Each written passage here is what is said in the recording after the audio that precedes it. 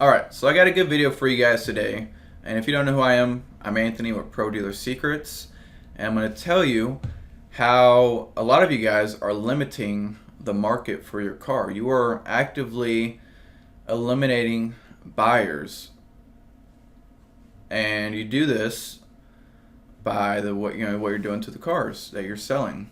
So my general rule has become, and I didn't start this way because, like a lot of you guys, I started out thinking certain things on cars were cool, and if you modify them, add stuff, the radio, the wheels, the nice hubcaps, all the stuff that, hey, you're making the car more valuable. But you're not. You are actually, by modifying and making a car anything other than what it looked like stock, you are actually eliminating buyers, and you're making people think that, hey, this car is probably a piece of shit. And I'll tell you why. So if you think about who modifies cars, most likely they are, teenagers, people that, maybe drive their car pretty hard, maybe people that race them, people that don't know a lot about cars or how to take care of them. Generally, that's the case. So, when a 40-year-old guy is shopping for his son or daughter, he's helping them find a car, maybe their first car, he knows that a lot of the cars out there that are modified, they probably have issues. This was my experience. When I get a car with aftermarket wheels, we usually try to rip those off, and that's why CarMax does it. CarMax, they make every car stock. If it comes in with aftermarket wheels, they replace all that. They take all that off because it's a buyer mentality thing. So when you go out and you put in a radio in there, that's okay. But like the system, the amp, the subs, all that stuff, you're actually limiting your buyers. Whenever you put like a spoiler on a car that doesn't have one stock, you're limiting the value. And the funniest part is you're spending money to modify cars. Whenever, like, say a black car, you put some black hubcaps on it,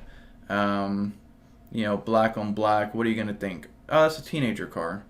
And my sales manager just did this actually recently, and I got onto him for it. I was like, man, you can't be having black on black cars because you're going to limit the market. He's like, man, it looks cool though. Look how nice it looks. I'm like, yeah, because you race your car. Like, you like modified stuff that people don't want to buy. And you got to think, the people that like modified stuff, they don't have money. Usually they don't have as much money as a guy that just wants to buy something that's ready to go, looks nice, good reliable car. The 40-year-old dude that wants a 4-door sedan, he just wants it to be stock. He just wants to drive it, versus the 20-year-old kid that's like, man, I want a car with the wheels, I want the rims, I want the tinted headlights. That dude doesn't have as much money as the guy that just wants a nice stock car. So that's today's video. You are absolutely costing yourself money by modifying the cars, and that's just what it is. There was a point in time where I loved doing all the stuff on cars, like trucks. I would put nice wheels on them. It was a lot of effort, but I was like, oh yeah, people will like it.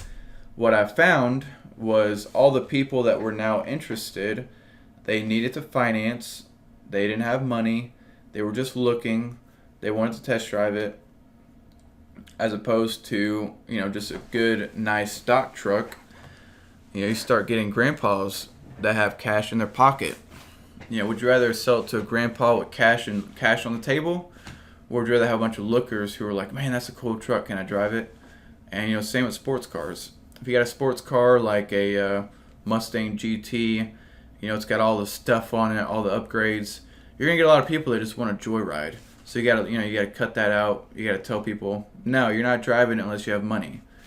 And that's what we've had to do. So that's today's video. I hope that makes sense. Modifications are limiting your customers. That's what it is. So this is Anthony with Pro Dealer Secrets, and I'll see you guys on the next one.